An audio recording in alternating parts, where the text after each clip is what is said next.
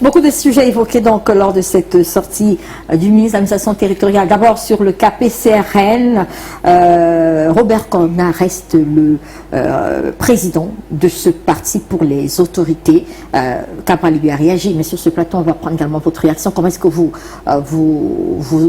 interprétez cette sortie du ministre, sachant qu'il y a une décision de justice quand même qui a été rendue en faveur de Cabral? Moi je veux d'abord répondre à M. Patrick Lachon qui disait que Paul Lachon qui disait que les élections présidentielles, législatives, je pense. Oui, présidentielles. Je vous rappelle que les élections législatives viennent avant les élections présidentielles.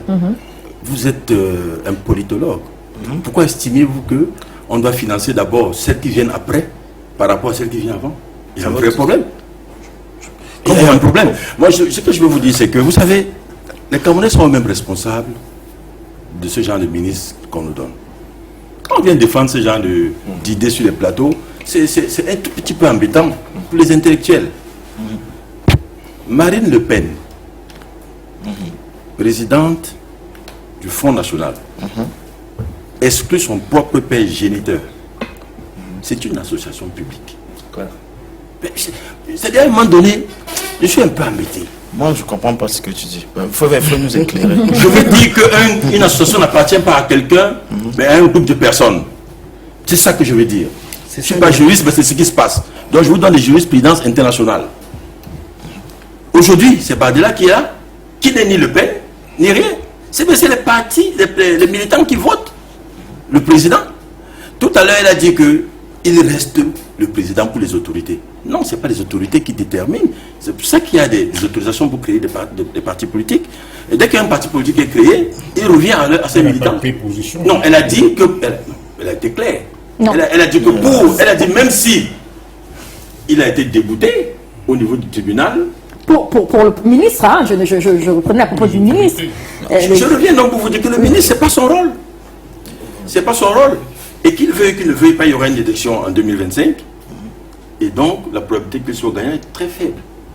C'est une réalité. Sauf si on a des Camerounais comme ce qu'on entend sur le plateau, qui estiment que tout est bon, tout est bien, venant du RDPC et de son gouvernement. Mais moi, je rappelle que nous aussi, à l'opposition, nous prêtons un peu le flanc. Nous prêtons le flanc. Ça dit qu'on n'est pas clair. Il faut être clair en politique. Si on estime qu'on doit se mettre ensemble pour travailler et qu'il y a un programme commun, que les gens soient clairs et qu'il y ait un programme et qu'il y ait une adhésion à ce programme-là. Moi, c'est comme ça que je ne suis pas un mouton. Donc si l'opposition travaille, il y a une plateforme et que les gens ne sont pas informés, on connaît ceux qui sont nommément les opposants dans ce pays. En l'état, vous pensez que Cabral Libye peut être candidat à cette élection présidentielle sous la bannière du PCRN? Écoutez, il n'y a pas de doute là-dessus. Le ministre n'est pas la justice. Nous avons gagné en première instance, il y a eu appel, mais la procédure va continuer. Cabral était le seul à dire, quand on se réunissait, que ce n'est que la justice qui va régler ce problème. Et c'est la justice qui va régler ce problème.